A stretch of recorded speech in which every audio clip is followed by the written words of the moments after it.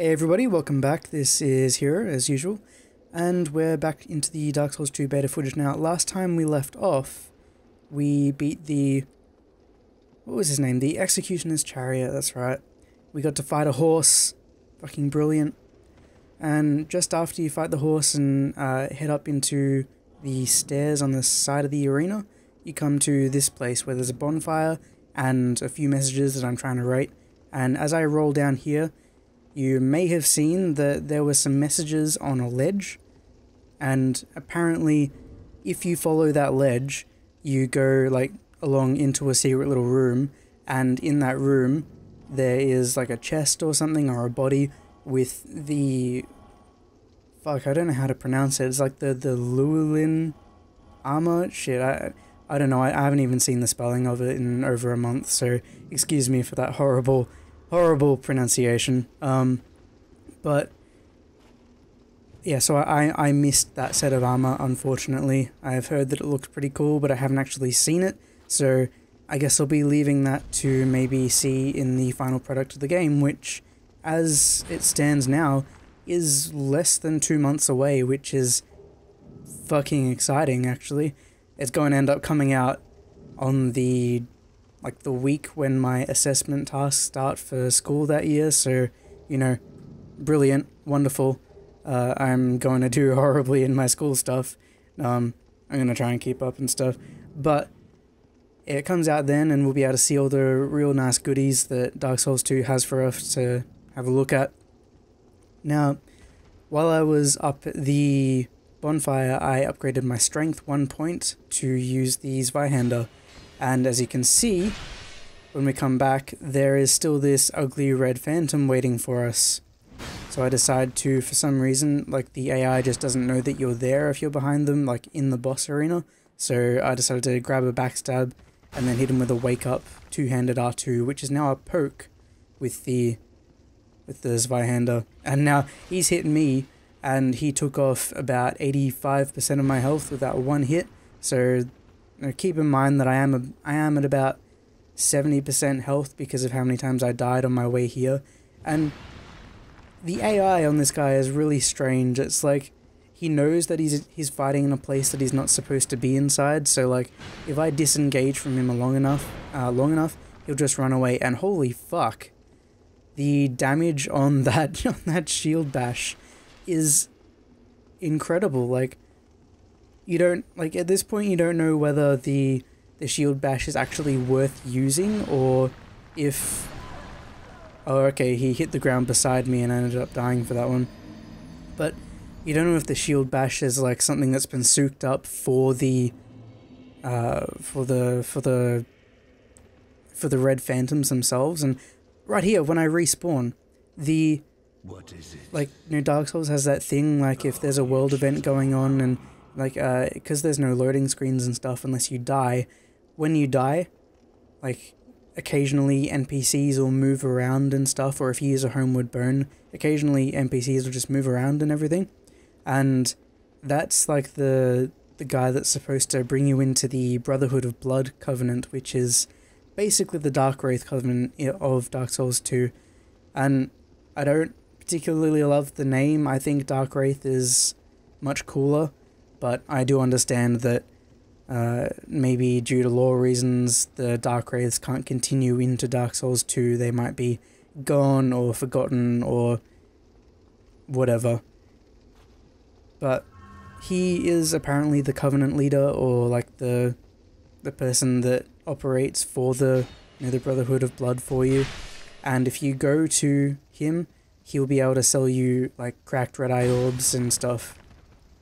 Now, the thing with this is that when you look at, you know, what you had to do to get into the Dark Wraith Covenant in Dark Souls, you know, like you had to beat the 4 kings, and you had to like not have, you know, pissed off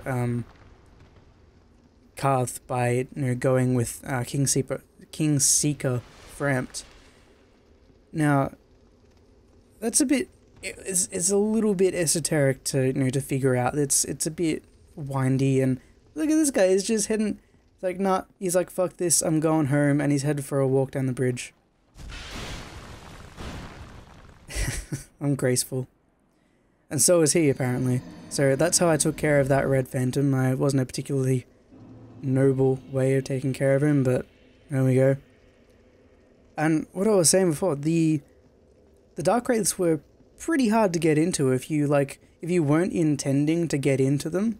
Like, even if you are intending to get into them, sometimes, you know, you might accidentally speak to Kingseeker Framed, and that just, like, neuters your entire progress through the game up to that point, because, you know, you want to talk to Karth and get into the Dark Wraiths so that you can invade, and the Dark Wraiths were basically the best covenant for invading because you get, you know, the cracked red eye orbs, and if you don't donate 10 humanity, which is pretty damn easy to get, even if you just, you know, pop it through, you know, farm humanity off the rats and pop it and give it to him, you get an infinite use invading item, which, you know, people use to basically extend the longevity of the game for as long as it has been going. How long has it been going?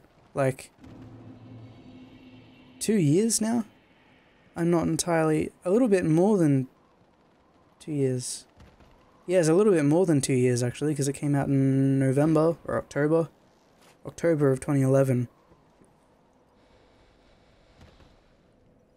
But getting into the Dark Wraiths was a bit of an achievement in and of itself, just because of all the hoops you had to jump through in order to get there. And you had to beat a fairly challenging boss too at the time.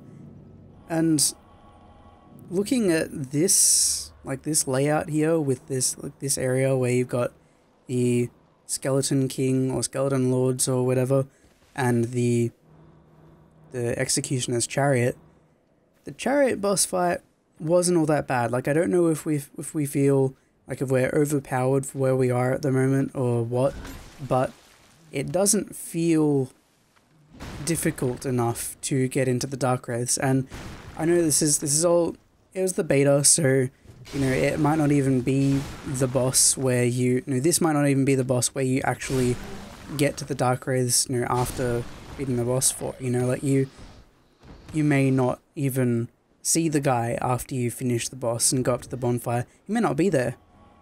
But operating under what I know, this whole, you know, beat this pretty easy boss and then go up and join the Dark Wraiths and stuff, it's both incredible and bad as well, because in order to be a Dark Wraith before, you had to go through a full set of hoops, and, you know, then after you'd done that, you'd proven yourself, and you could essentially say, well, like, you know, I went out of my way to be a dickhead in the game.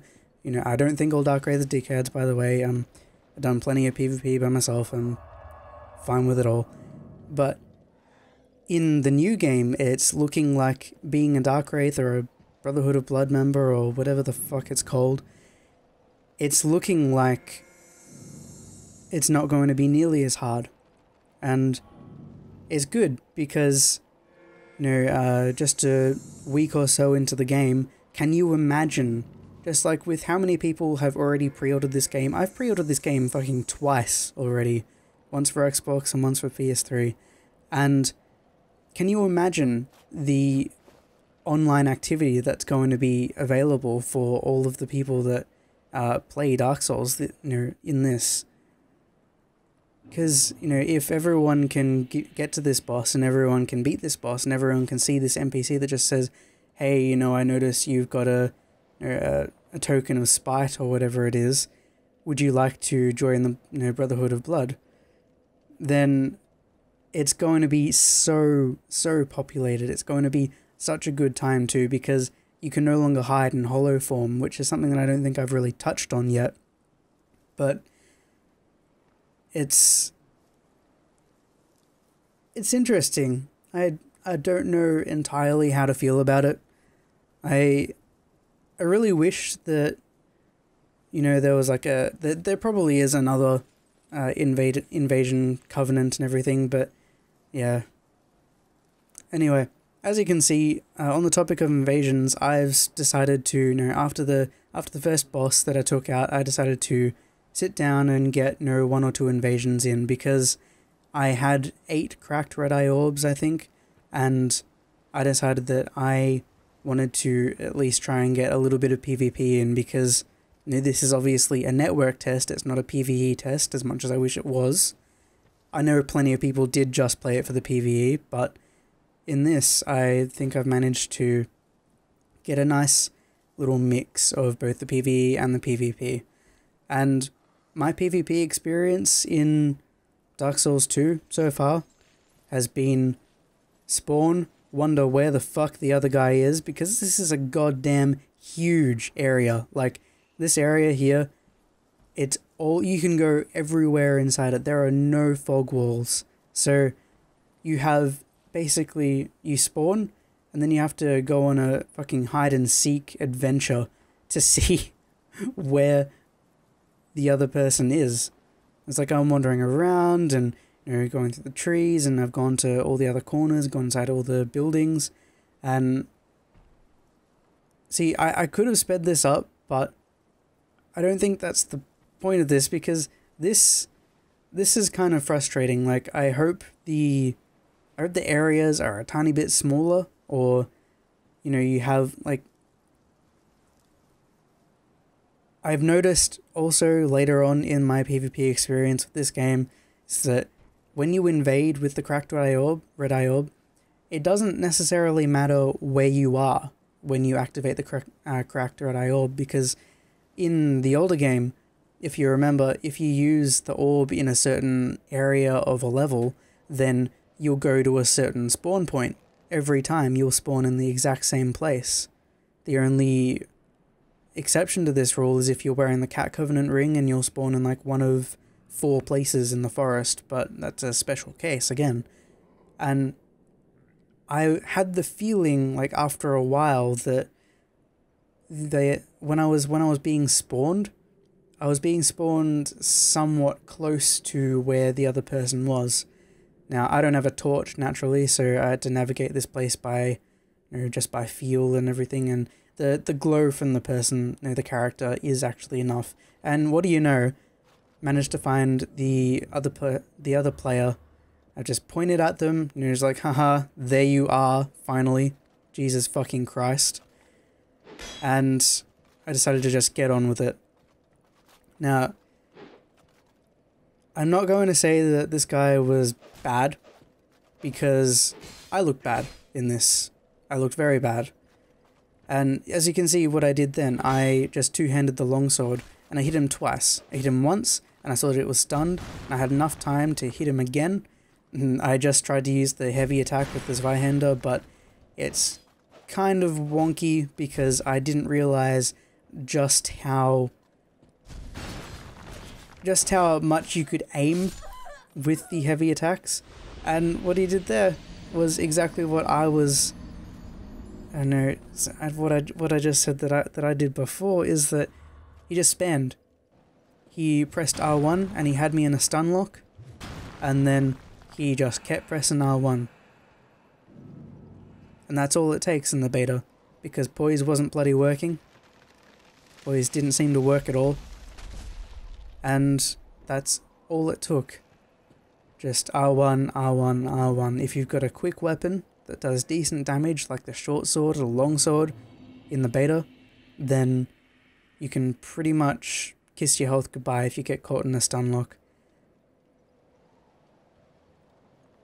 Now, for the short amount of time that I have to tell you about the what's going on here with the PvP, I'm not going to try and overload you with my analysis of what's like all the stun locking tactics, and whether or not whether or not roll backstabs worked or any kind of that shit, because there are plenty of videos from more talented, more experienced, and more well-spoken commentators who have a lot more experience with this kind of stuff than I do. So go to them if you want a PvP perspective, because when it comes down to it, I am a PvE kind of guy, and this is just going to be my analysis of how the beta is shaping up and how I hope Dark Souls 2 ends up. I'm not going to talk about how I think the Dark Souls 2 PvP scene is going to turn out.